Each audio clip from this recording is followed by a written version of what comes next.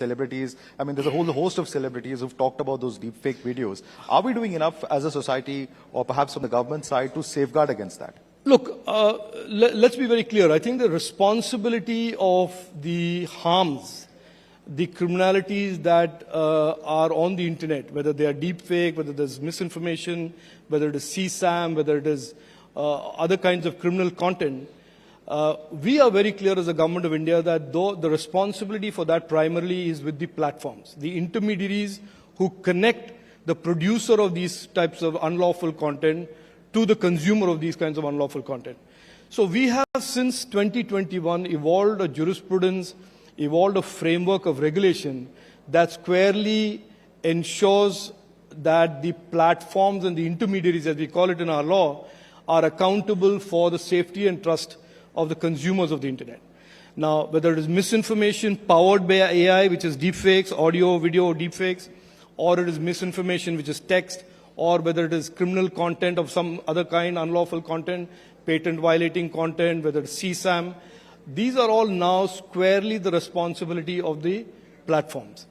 And we have made it very clear, and recently we issued an advisory to them as well, that if their general counsel hadn't warned them yet, in their in-house lawyers hadn't warned them yet, about the consequences of having their consumers violate, their users violate these laid down 11 types of unlawful content, the consequences are pretty severe.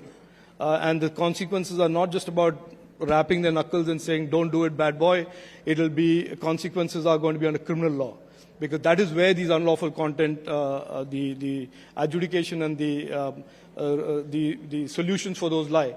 So I think the platforms understand this, that we are living in a new world where the safety and trust of our consumers and users and digital nagriks, as we call them, are very, very important deliverable for our government, and that this is a responsibility of the platform.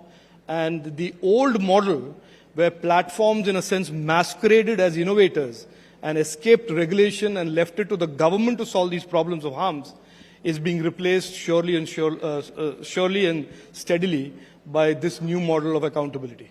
Right. The Prime Minister speaks about four castes, how there's youth, there's poor, there's women, there's farmers. How do you leverage technologies such as AI or other emerging technologies to help these segments, which the government itself has now, through the Prime Minister, the Finance Minister, stated time and again that these are the focus areas for the government?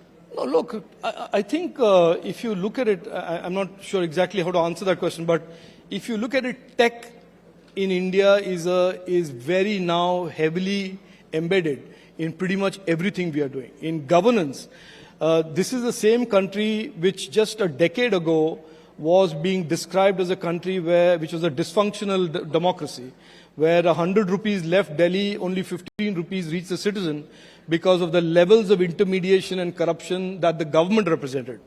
Now, this is the same country, the same system that today delivers that 100 rupees because we have embedded so much of technology into governance. And those tools, those platforms are now increasingly being recognized by the world, especially countries that have not gone up the digitization curve as much as other countries, as open source platforms that will enable their own digitization. So I think, Madhav, it is not so much about saying technology for the youth, technology for the women, technology for the farmer, and technology for the poor.